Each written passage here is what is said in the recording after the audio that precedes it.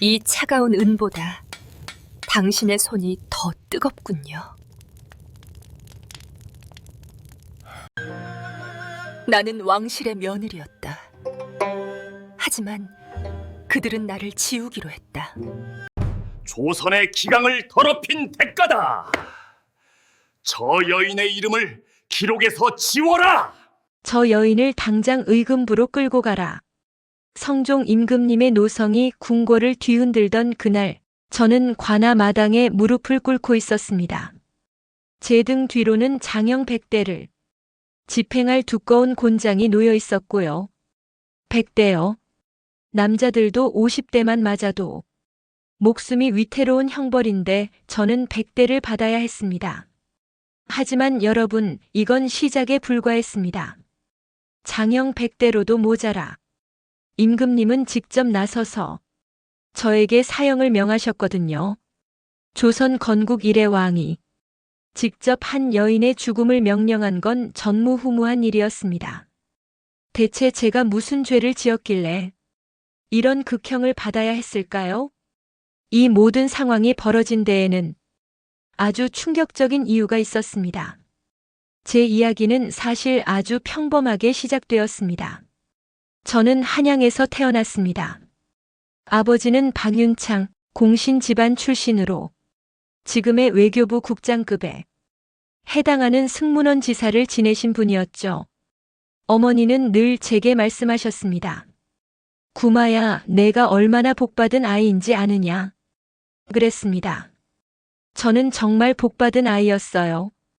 지체 높은 양반집에서 태어나 굶주림도 추위도 모르고 자랐습니다. 게다가 제 외모는 사람들의 시선을 끌었어요. 조선시대 역사 기록에 여성의 외모가 언급되는 경우는 거의 없는데 저에 대해서는 아리따웠다고 명확히 기록되어 있을 정도였으니까요. 16이 되던 해 집안에 혼담이 오기 시작했습니다. 그 중에서도 모두를 놀라게 한 혼담이 하나 있었습니다. 바로 왕가에서 온 혼담이었어요. 태종 이방원 대왕의 증손자 태강수 이동. 그가 바로 제 남편이 될 사람이었습니다. 혼례를 치르던 날, 저는 떨리는 손으로 비단 치마를 매만지며 생각했습니다. 이제 나는 왕실의 사람이 되는구나. 혼인과 동시에 저는 정사품 숙인이라는 품계를 받았고 왕실 족보인 선언록에 이름을 올렸습니다. 양반집 딸에서 왕실 종친의 며느리가 된 거죠. 얼마 지나지 않아 딸도 낳았습니다. 남편은 다정했고 시댁 어른들도 저를 아꼈습니다. 모든 게 완벽해 보였어요. 그런데 어느 날이었습니다. 남편이 집안에 손님을 들였습니다. 은그릇을 만드는 장인이었어요. 당신이 만든 은그릇을 보고 싶소. 집에 와서 솜씨를 보여주시오. 남편의 요청에 그 은장은 며칠간 우리 집을 드나들었습니다. 처음에는 그저 장인의 솜씨를 구경하는 정도였습니다. 하지만 제 눈에 들어온 건 은그릇이 아니라 그 사람의 손이었어요. 은을 두드리는 섬세한 손길, 집중할 때 살짝 찡그려지는 눈매, 작품이 완성되었을 때 짓는 만족스러운 미소. 솜씨가 정말 좋으시군요.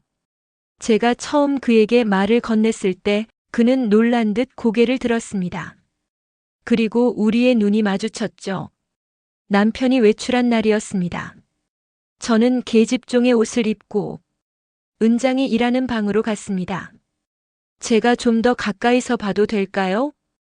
그는 아무 말 없이 자리를 비켜줬고요. 저는 그의 곁에 앉아 은을 두드리는 소리를 들었습니다. 그리고 그날 저는 그를 제 방으로 끌어들였습니다. 남편이 돌아올 시간이 되면 그를 숨겼고 남편이 다시 나가면 그를 불렀습니다. 매일같이 반복되는 만남이었어요. 제 가슴은 두근거렸고 제 몸은 뜨거웠습니다. 이게 잘못된 일이라는 걸 알았지만 멈출 수가 없었어요. 하지만 비밀이 영원할 수는 없었습니다. 어느 날 남편이 예정보다 일찍 돌아왔고 제 방에서 나오는 그 은장과 마주쳤습니다. 남편의 얼굴이 새하얗게 질리는 게 보였어요. 이게 대체 무슨 짓이냐? 남편의 고함이 집안을 울렸습니다. 저는 아무 말도 할 수 없었습니다. 변명의 여지가 없었으니까요. 그날 이후 모든 게 달라졌습니다. 남편은 저를 쳐다보지도 않았고 제 방 근처에도 오지 않았습니다. 그리고 며칠 후 종부시에 고발장이 접수되었습니다. 태강수 이동의 처박 씨가 은장과 간통했다. 재판정에 섰을 때 저는 처음으로 제가 저지른 일의 무게를 실감했습니다.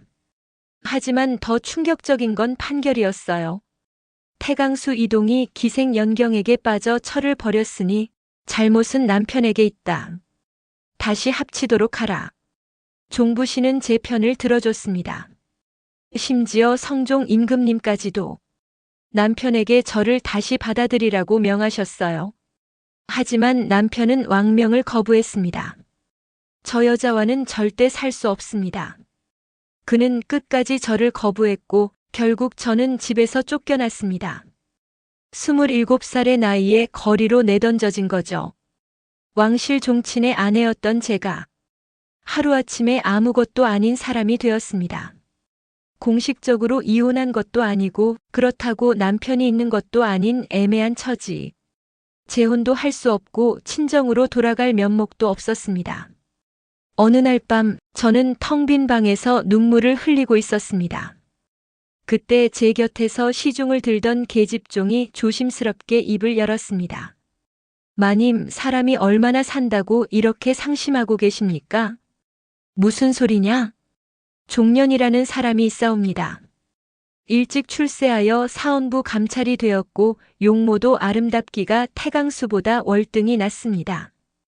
집안도 천하지 않으니 제가 한번 다리를 놓아보겠습니다. 그 말을 들었을 때 제 가슴 속에서 뭔가가 꿈틀거렸습니다. 그래, 이대로 죽은 듯이 살 수는 없어.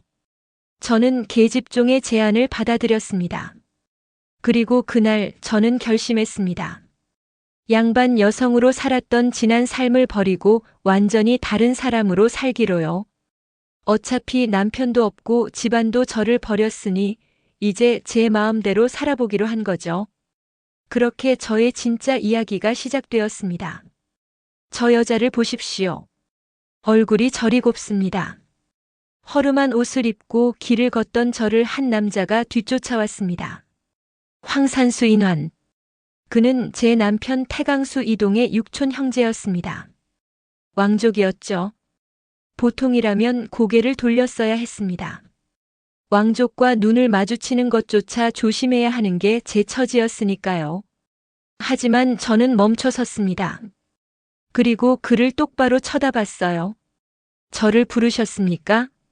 그날 밤 저는 그와 함께 밤을 보냈습니다. 여러분, 이게 얼마나 위험한 일인지 아십니까? 법적으로 저는 여전히 종친의 아내였습니다. 그런 제가 남편의 육촌 형제와 관계를 맺는 건 근친상간이었어요. 발각되면 죽음을 면할 수 없는 중죄였죠. 하지만 이상하게도 두렵지 않았습니다. 오히려 가슴이 뛰었어요. 이제 나는 자유로워. 그런 생각이 들었거든요. 인화는 저에게 시를 써주었습니다. 어느 날 제 방에 왔다가 벽에 걸린 붉은 저고리를 보고는 그 위에 연시를 남겼어요. 물시계는 똑똑, 기운 청한 흰 구름 활짝 거치니 달빛 환하구나. 빈방 고요한 중에 향기가 남아있어 오늘 꿈에도 그리운 정 그려보리. 저는 그 시를 읽고 또 읽었습니다. 가슴이 뜨거워졌어요. 그리고 저도 그에게 제 마음을 표현하고 싶었습니다. 아주 특별한 방법으로요. 먹을 벼루에 갈았습니다. 바늘을 불에 달궜고요. 그리고 제 팔에 그의 이름을 새겼습니다. 인환. 바늘이 살을 파고들 때마다 찌릿한 통증이 왔지만 저는 이를 악물고 참았습니다.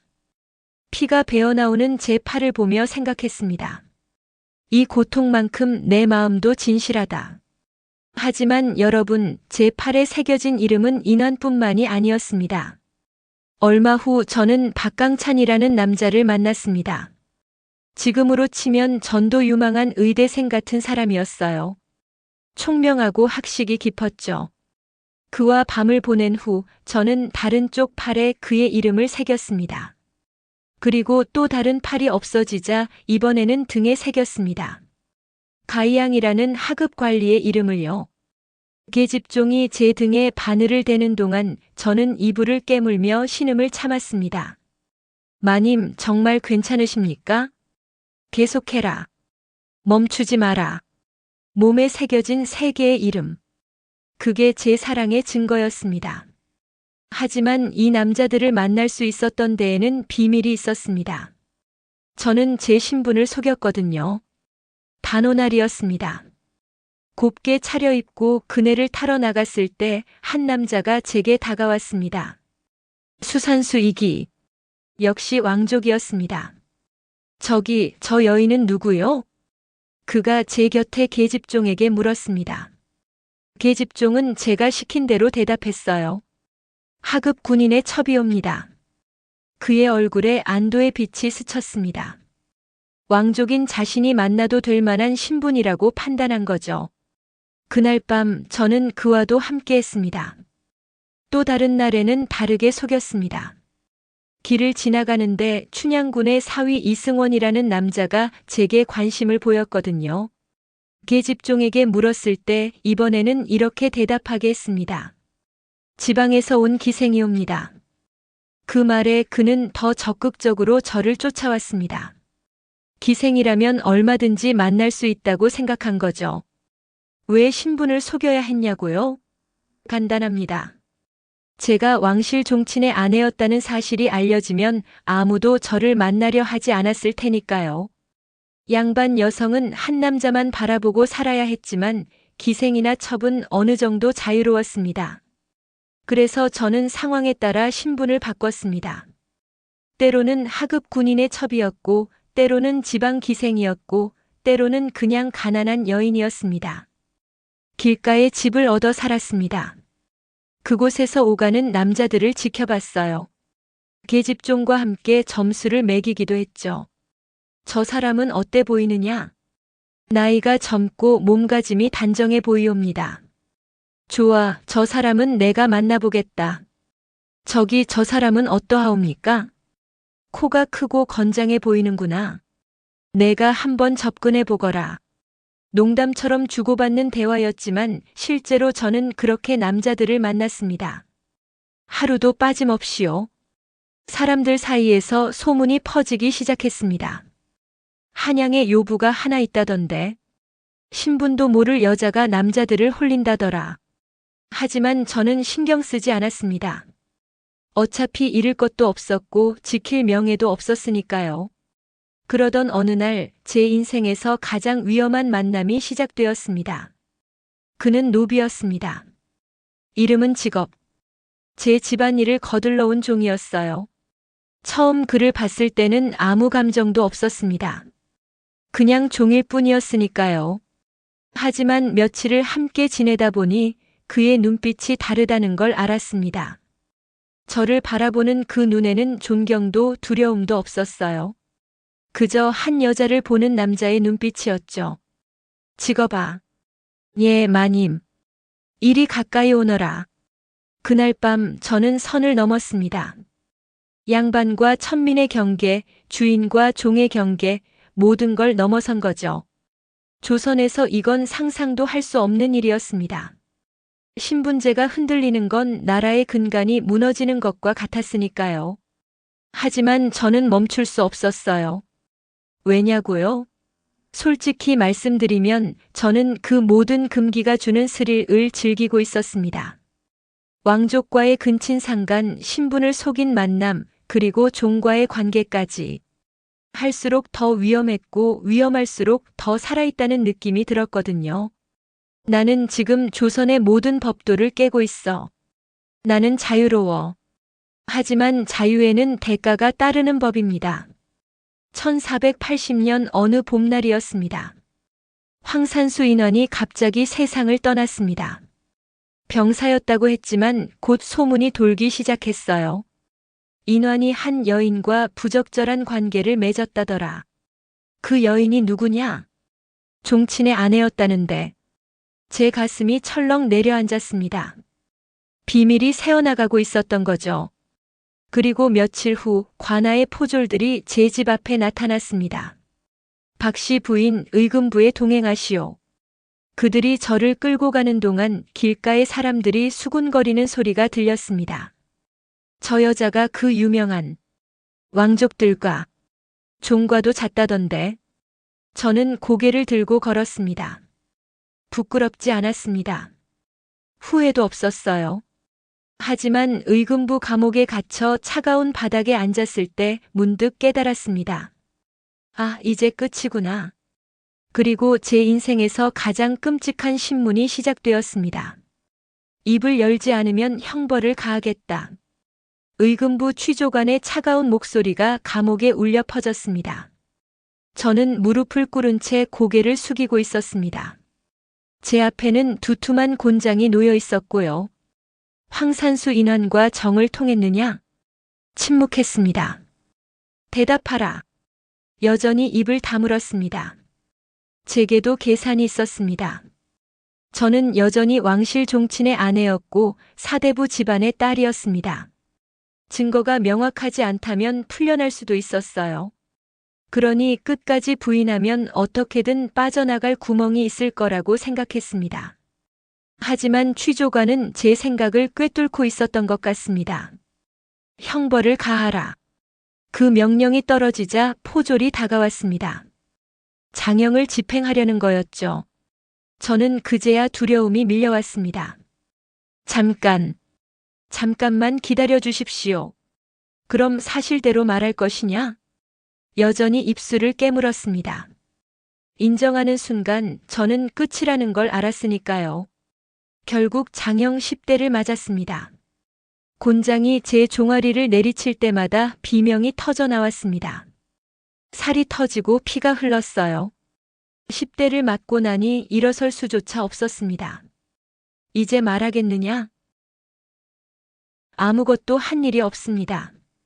취조관이 한숨을 쉬었습니다. 그리고 저를 감옥으로 다시 끌고 가라고 명했죠. 감옥으로 돌아가는 길, 저는 다른 죄수 하나와 스쳐 지나갔습니다. 나이든 여인이었어요. 그녀가 제게 작게 속삭였습니다.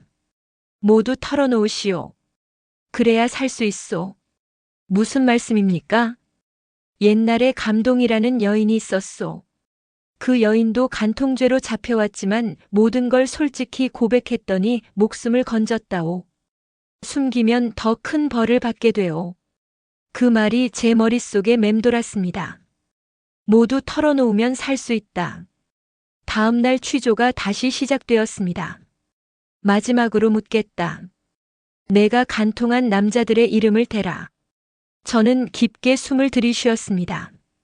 그리고 입을 열었습니다. 말씀드리겠습니다. 취조관의 눈빛이 변했습니다. 황산수 인환과 정을 통했습니다. 붓을 든 서기가 급히 기록하기 시작했습니다.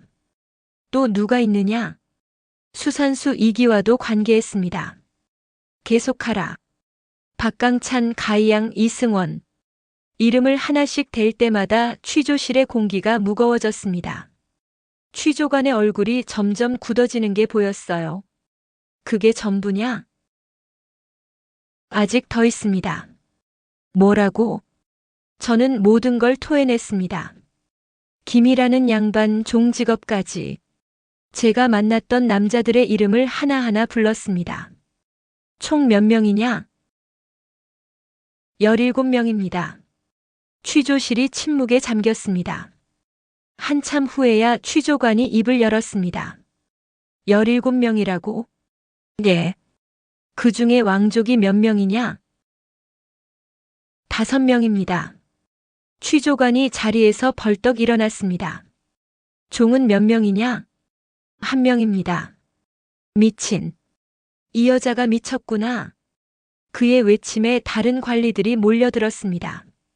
제 자백 내용을 확인한 그들의 얼굴은 경악으로 일그러졌어요. 하지만 충격은 거기서 끝이 아니었습니다. 어디서 그들과 정을 통했느냐? 수산수 이기와는 관청 건물에 서였습니다. 관청이라고? 예. 김희환은 길가에서 집을 빌렸다고. 제 대답에 취조관들은 말문이 막힌 듯 했습니다. 하지만 제가 다음에 한 말을 듣고는 완전히 기절할 것처럼 보였어요. 그리고 박강찬과는 사당에서 관계했습니다. 사당? 조상을 모신 사당에서? 예. 취조관 하나가 벽에 기대서서 머리를 감싸 쥐었습니다. 다른 한 명은 그 자리에서 주저앉아 버렸고요. 이건 나라의 근본을 흔드는 짓이다. 맞았습니다. 저는 조선이 금기시하는 모든 걸 어겼습니다. 근친상간 신분을 뛰어넘은 관계, 신성한 장소의 모독. 하나하나가 중죄였는데 저는 그 모든 걸 한꺼번에 저지른 거죠. 며칠 후 제 자백 내용이 조정에 보고되었습니다. 그날 궁궐이 발칵 뒤집혔다고 합니다. 이 음란하고 방탕한 것이 천한 기생과 같구나. 왕실의 체면이 말이 아니다. 당장 극형에 처해야 한다. 신하들의 목소리가 높아졌습니다. 하지만 일부는 다른 의견을 냈어요. 법률을 보면 사형에 해당하지 않습니다. 장형으로 충분합니다. 장형? 이 정도 죄를 지었는데? 법은 법입니다. 감정으로 판단해서는 안 됩니다. 조정이 둘로 나뉘었습니다. 사형을 주장하는 쪽과 장형으로 충분하다는 쪽으로요. 성종 임금님은 45일 후에 다시 논의하자고 했습니다. 하지만 저는 알고 있었습니다. 임금님은 이미 마음을 정하셨다는 걸요. 감옥에서 기다리는 45일은 지옥 같았습니다. 매일 밤 악몽을 꿨어요. 곤장에 맞아 죽는 꿈, 교수대에 서는 꿈, 온갖 끔찍한 상상이 저를 괴롭혔습니다. 그러던 어느 날 간수가 제게 소식을 전해줬습니다. 너와 관계한 남자들이 어떻게 되었는지 아느냐? 어떻게 되었습니까? 대부분 풀려났다. 벌금을 내거나 귀양을 갔다가 돌아왔지. 모두 살았다는 말입니까? 그렇다. 단 한 명도 죽지 않았어. 그 말을 듣는 순간 제 가슴이 무너져 내렸습니다. 17명의 남자. 저와 똑같이 법을 어긴 그들은 모두 살아 있었습니다. 어떤 이는 돈을 내고 풀려났고 어떤 이는 귀양을 갔다가 돌아왔습니다. 왕족들은 집에서 근심만 하고 끝났고요. 심지어 종직업조차 주인이 데려가서 혼만 냈다고 합니다. 하지만 저는 달랐습니다. 저만 여전히 이 감옥에 갇혀서 죽음을 기다리고 있었어요. 왜 저만 이렇게 되는 겁니까? 간수가 쓴웃음을 지었습니다. 너는 여자니까. 여자가 남자를 유혹했다고 생각하는 거지. 하지만 함께한 건데. 조선에서는 그게 중요하지 않아. 너 같은 여자 때문에 뜻있는 선비들이 피해를 봤다고들 하더구나. 말도 안 되는 소리였습니다. 하지만 그게 현실이었어요. 45일이 지났습니다. 그날 아침 취조관이 제 감방 앞에 나타났습니다. 판결이 내려졌다. 저는 천천히 일어났습니다. 너는 남편을 배반하고 도망하여 계가한 죄로 교형에 처한다. 즉시 집행한다. 계가라고요? 저는 재혼하지 않았습니다. 판결은 이미 내려졌다. 이해할 수 없었습니다. 저는 재혼한 적이 없었어요. 쫓겨난 것뿐이었습니다. 하지만 성종 임금님은 법을 끼워 맞춰서라도 저를 죽이려고 했던 거죠. 왜 저만 이렇게? 고려 말의 음란한 풍속이 다시 일어날까 두렵다고 하셨다. 너를 벌하는 건 단순한 형벌이 아니라 세상을 바로잡기 위함이라고. 저는 웃음이 나왔습니다. 세상을 바로잡기 위해서? 저 혼자 죽으면 세상이 바로잡힌다고. 그날 오후 저는 형장으로 끌려갔습니다. 목에 밧줄이 걸리는 순간 문득 생각했습니다. 나는 후회하지 않아. 적어도 나는 내가 원하는 대로 살았어. 하지만 동시에 이런 생각도 들었습니다. 왜 나만 죽어야 하지? 왜 여자만? 그 질문에 대한 답을 듣지 못한 채 저는 눈을 감았습니다. 끌고 가라. 형을 집행하라. 형장으로 끌려가는 길, 저는 발버둥 치지 않았습니다. 소리도 지르지 않았어요. 그저 하늘을 올려다봤습니다. 구름 한 점 없이 맑은 날이었습니다. 이렇게 맑은 날 죽는구나. 형장에는 이미 사람들이 가득 모여 있었습니다. 구경꾼들이었죠. 그들의 눈빛이 느껴졌습니다. 호기심, 경멸, 흥분, 온갖 감정이 뒤섞여 있었어요. 저 여자가 그 유명한 왕족 5명이나 종과도 잤다지. 속삭이는 소리들이 들렸습니다. 저는 고개를 들고 그들을 둘러봤습니다. 부끄럽지 않았어요. 제가 선택한 삶이었으니까요. 형리가 다가왔습니다. 밧줄을 들고 있었습니다. 목에 그 밧줄이 감기는 순간 차갑고 거칠한 느낌이 피부에 닿았어요. 아, 이제 정말 끝이구나. 그때 문득 한 가지 의문이 들었습니다. 조정에서 45일이나 논의했다면서 왜 이렇게 급하게 집행하는 걸까? 집행관이 명령서를 읽기 시작했습니다. 박씨 어우동은 남편을 배반하고 도망하여 계가한 죄로 교형에 처한다. 대시 즉시 집행한다. 대시 즉시 집행한다는 뜻입니다. 원래 사형수들은 추분까지 기다렸다가 형을 집행했습니다. 혹시라도 왕의 사면이나 가명이 있을 수 있으니까요. 마지막 기회를 주는 거였죠. 하지만 저에게는 그런 기회조차 주어지지 않았습니다. 왜일까요? 성종 임금님이 설명하셨다고 합니다. 고려 말세의 음란한 풍속이 다시 일어날까 두렵다.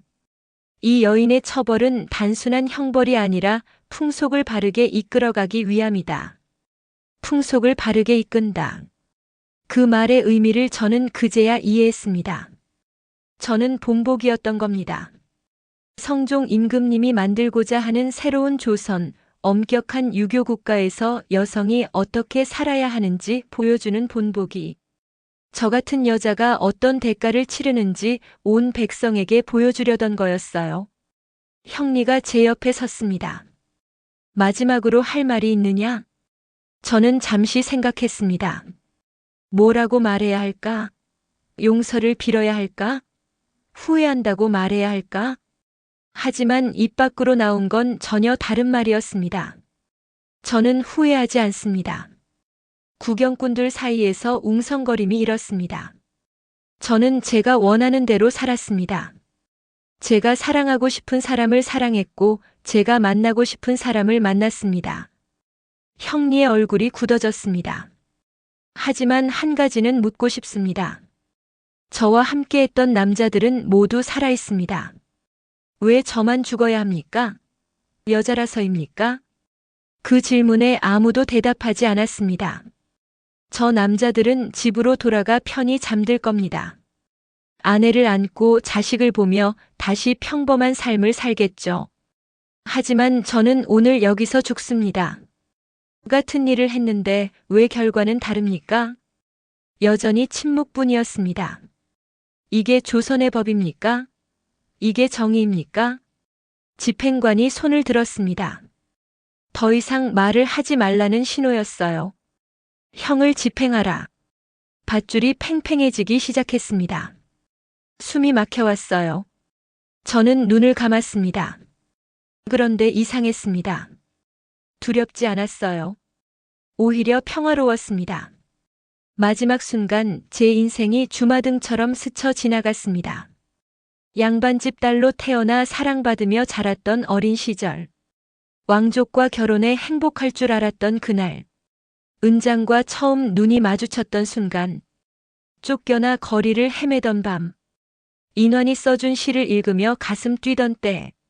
제 몸에 이름을 새기던 고통과 희열. 그 모든 순간들. 나는 살았어. 정말로 살았어. 밧줄이 더 조여들었습니다. 의식이 흐려지기 시작했어요. 그때 문득 들렸습니다. 누군가의 목소리가 저 여자 때문에 음란한 당연한 벌이지.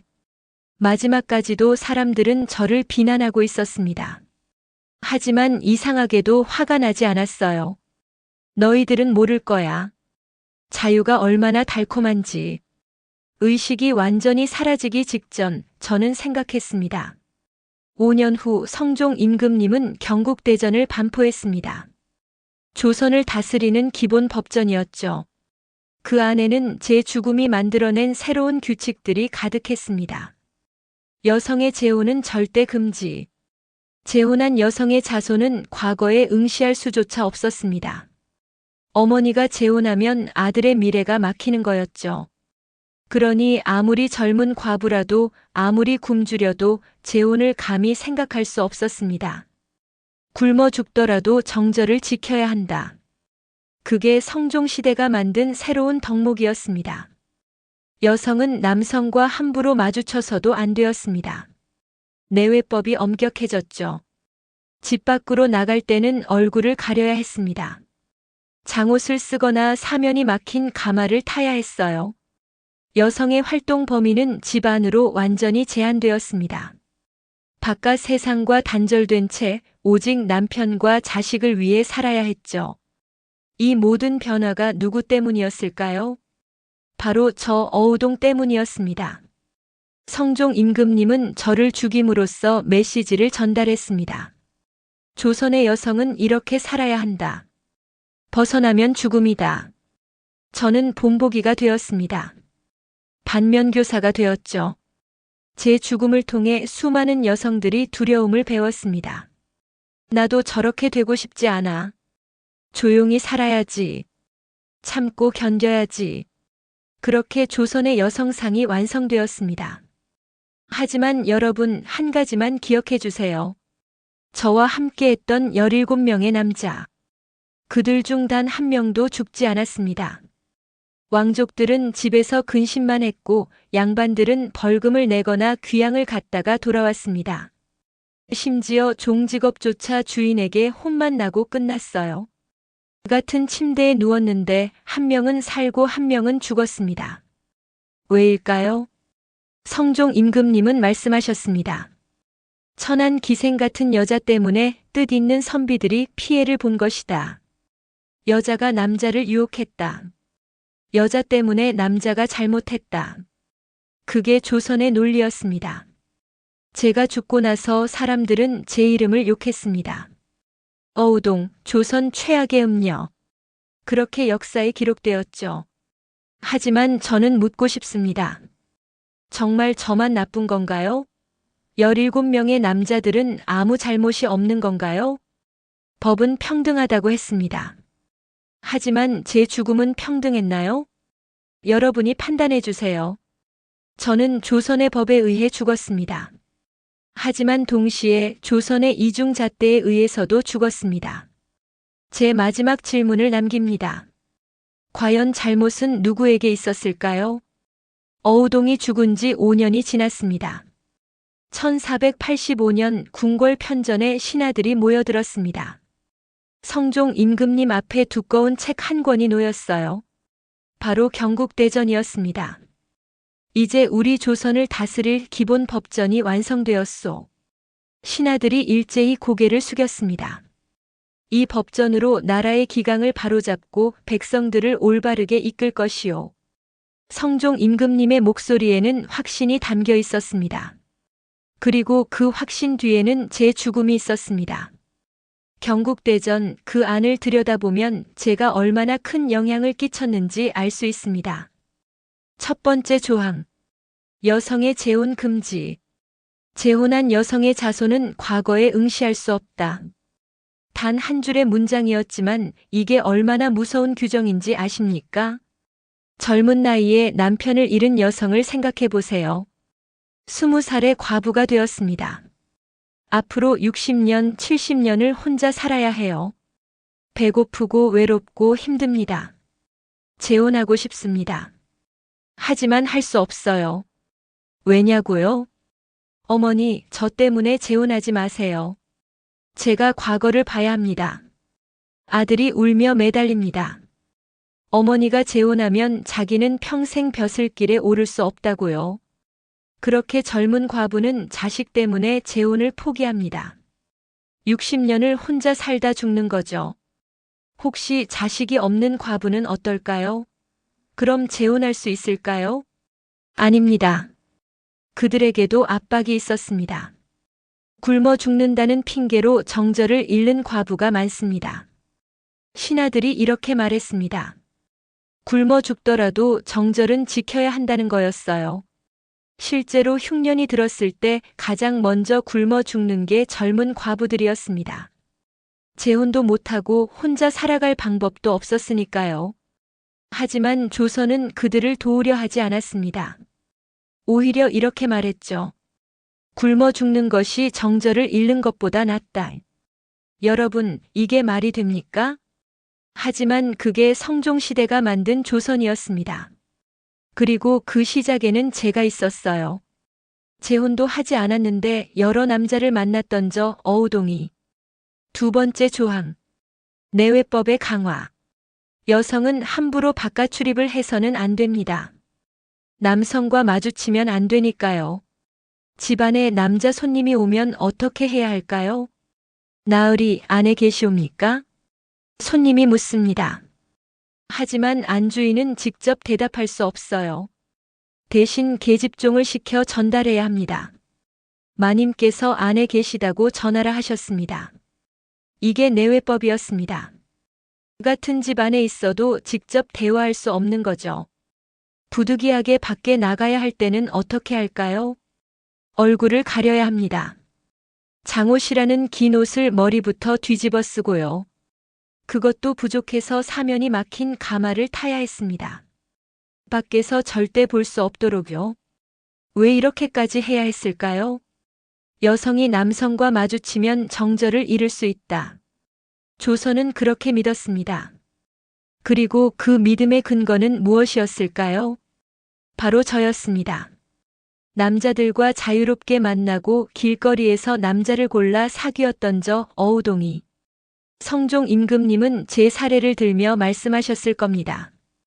보시오, 여성을 자유롭게 두면 저렇게 됩니다. 반드시 집안에 가둬야 합니다. 세 번째 변화. 신분제의 강화. 저는 양반이었지만 종과 관계했습니다. 이게 조선 조정을 가장 분노하게 만든 부분이었어요.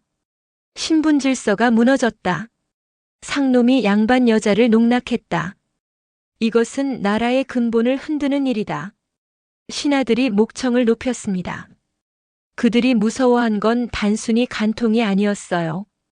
신분의 경계가 허물어지는 것, 그게 진짜 두려움이었습니다. 그래서 경국대전은 신분제를 더욱 강화했습니다. 양반과 상놈의 경계를 더 높이 쌓았죠. 양반은 양반끼리, 상놈은 상놈끼리. 그렇게 조선의 신분제는 철옹성이 되었습니다.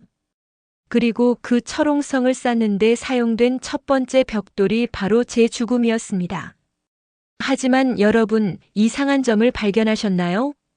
이 모든 법은 여성을 향하고 있습니다. 남성이 지켜야 할 새로운 규정은 없었어요. 재혼 금지, 여성만입니다. 남성은 첩을 몇 명이든 둘 수 있었어요. 내외법, 여성만 지켰습니다.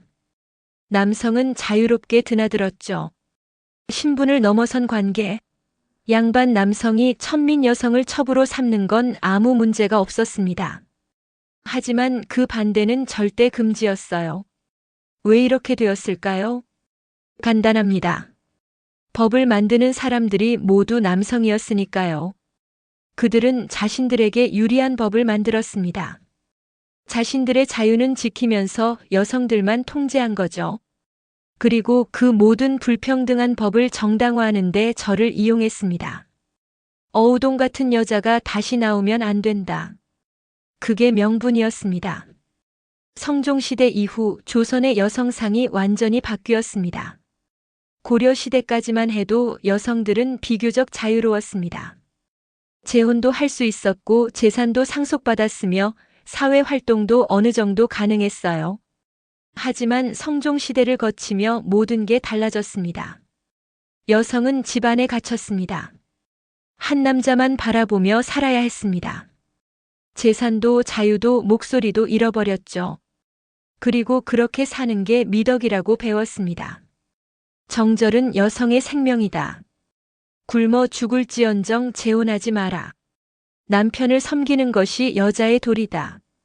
이런 말들이 당연하게 받아들여졌습니다.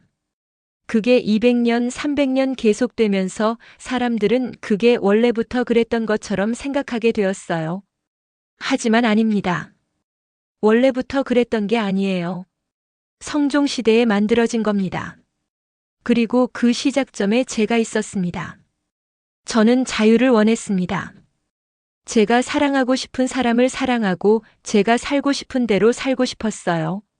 하지만 조선은 그런 죄를 용납하지 않았습니다. 저를 죽이고 제 죽음을 이용해서 수많은 여성들을 가뒀습니다. 제가 죽은 후 500년이 넘는 세월 동안 조선의 여성들은 그 틀 안에서 살아야 했습니다.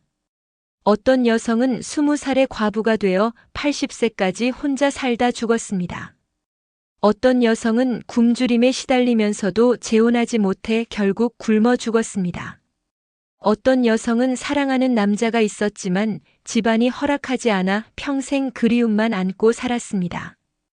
그 모든 비극의 시작에 제가 있었습니다. 하지만 저는 묻고 싶습니다. 정말 잘못은 저에게만 있었을까요? 저와 함께했던 17명의 남자들은 아무 책임이 없는 건가요? 왜 법은 한쪽에게만 가혹했을까요? 왜 여성만 희생되어야 했을까요? 역사는 승자가 쓴다고 합니다. 그리고 조선에서 승자는 남성이었습니다. 그들은 역사를 썼고 법을 만들었고 저를 악녀로 기록했습니다. 어우동, 조선 최악의 음녀. 그게 제게 붙은 꼬리표입니다. 500년이 넘도록 사람들은 저를 그렇게 기억해왔어요. 하지만 이제는 질문할 때가 되지 않았을까요? 정말 저만 나쁜 사람이었을까? 아니면 저를 그렇게 만든 사회가 잘못된 건 아니었을까? 저는 양반집 딸로 태어나 왕족과 결혼했습니다. 모든 게 완벽했어요. 하지만 남편이 기생에게 빠져 저를 쫓아냈습니다. 왕의 명령도 거부하면서요. 그 순간 저는 아무것도 아닌 사람이 되었습니다. 이혼도 아니고 재혼도 못하는 애매한 처지. 먹고 살 방법도 없었죠. 그래서 저는 선택했습니다. 다르게 살기로. 틀린 선택이었나요? 아마도 그랬을 겁니다. 조선의 기준으로는요. 하지만 저는 후회하지 않습니다. 적어도 저는 제 인생을 살았으니까요. 다만 한 가지, 정말 한 가지만 바뀌었으면 좋겠습니다. 여성에게도 남성과 같은 기준을 적용해 주세요. 남성이 자유로우면 여성도 자유롭게 해주세요. 남성이 용서받으면 여성도 용서해 주세요. 같은 잘못에는 같은 벌을 주세요. 그게 제가 죽으면서 남기는 마지막 부탁입니다. 여러분, 역사는 반복됩니다. 제 이야기는 500년 전 이야기지만 지금도 어딘가에서 비슷한 일들이 일어나고 있을지 모릅니다. 한쪽에게만 가혹한 잣대, 한쪽만 용서받는 불평등, 한쪽만 희생을 강요받는 현실. 혹시 여러분 주변에도 그런 일이 있지 않나요? 제 이야기를 통해 질문해 보세요. 이게 정말 공평한가?